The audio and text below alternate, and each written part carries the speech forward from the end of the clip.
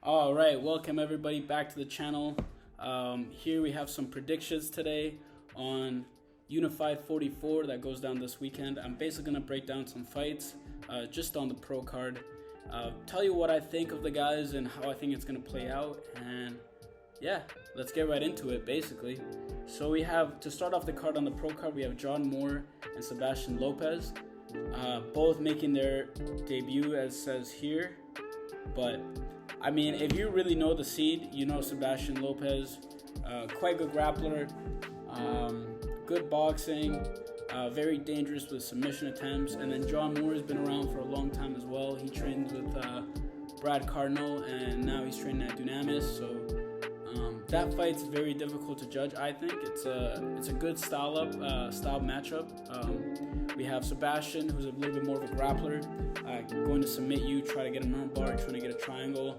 And then John Moore is going to try to stake and move and use the striking. So in this one, because I know both guys, I'm going to give the slight edge to Sebastian for his grappling. I think his grappling's top notch. I think it's quite excellent. So I think that's going to be an advantage in this fight if he can capitalize on it. But it's a tough fight.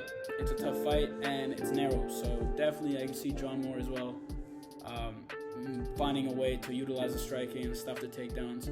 That one I have particularly my eyes on. I think that's a really good fight.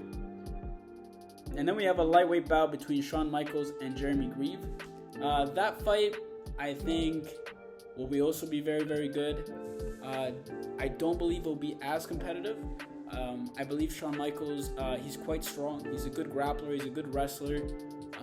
He also has a big overhand right that he's known for knocking people out with. So I think I'll be looking to try to use that as well. And Grieves is smart too. I know he's got a Thai boxing background as well. I don't think it will be a very grapple-heavy fight unless Shawn Michaels decides to take it there. I do believe he's got the better wrestling. I see Shawn Michaels maybe getting a stoppage in the second or third round. So I think Shawn Michaels by either KO or submission that time. Then we move on to Dylan Schellenberg fighting Chris Chapman. Now that's a very, very good fight.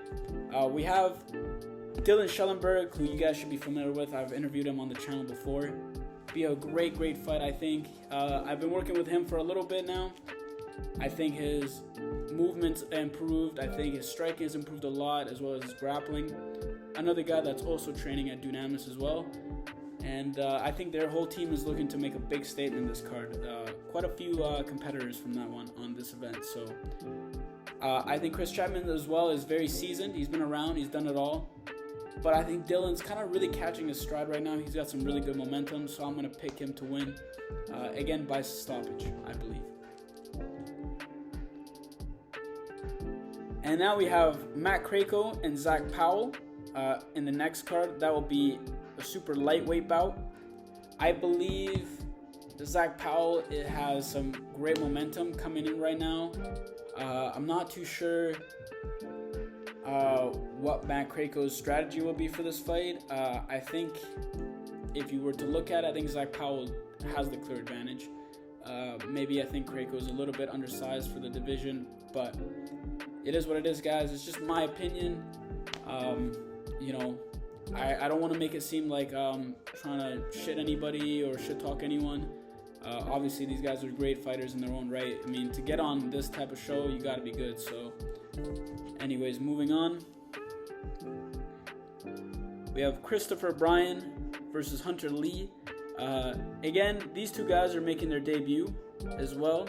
I think that will be a very, very interesting fight. I don't really know so much about either one of them, except for I know Christopher Bryan trains out of Champions Creed. So as you can see, they have quite a few competitors on the card. And Hunter Lee's from Saskatoon. That'll be a middleweight bout at 185 pounds. Difficult to say when there's not a lot of footage on either guy to study and they haven't done as much yet, but I will probably edge that one to Christopher just because I know he comes from an accomplished team and I don't really know where this other fighter's from, so I'm just going to go with the guy I'm more familiar with. Maybe Christopher Bryan, I think, will get the job done. And then we have another fighter coming out of Champions Creed, Nick LeBlanc, who's fighting Quaid. That'll be a very, very good fight. I mean, I would have to assume that, I'm not too familiar with the other fighter, but I would have to assume that Nick LeBlanc has the advantage in striking. He's got a Muay Thai background. He's been training for a very, very long time in Thai boxing. Very explosive, good hands, good kicks. I will definitely be edging my vote to Nick on this one. And now moving on, just 3 more fights on the card left. Yeah, we're just running through these guys. Ali Charkey versus Chris Lee Burns. Now Ali Charkey 2-1, Chris Lee Burns is 5-1, but that's really kind of deceiving. I think Ali Charkey will probably win a fairly dominant decision. He's got a very wrestling heavy style. He trains with Justin Basra. If you know about Calgary MMA and this side of Canada MMA and just Canadian MMA in general, you know Justin Basra is a very, very high level wrestler. He's coaching guys great. Him and Brad Carnell make a fantastic team. And I think Ali Charkey is the man's really got some balls, you know, because he's fighting a guy that's 5-1, and he really wants the hard fights early on in the career. So I really like that. That's a lot of confidence coming in, and I definitely see him being able to impose his grappling, hold Chris down, and score big with the ground and pound. Having said that, you know, he's 5-1 for a reason, so I believe Ali Charkey will have to try his very best for this fight, and I think he can deliver. So then we're here. We got Tim Shady versus Curtis Demares. You guys know Curtis Demares. I did an interview with him on the channel. Great guy, fantastic guy, and so is Tim Shady. A clash of 2 veterans in the game who, you know, fought all over the place, been champions. I'm really looking forward to seeing that one. Now, I worked with Curtis Demares for this camp, so I'm going to give Curtis Demares the edge. I really think he's improved. I've seen a noticeable improvement from this camp even to the last time we prepared for a fight together, so I do believe he's got the advantage.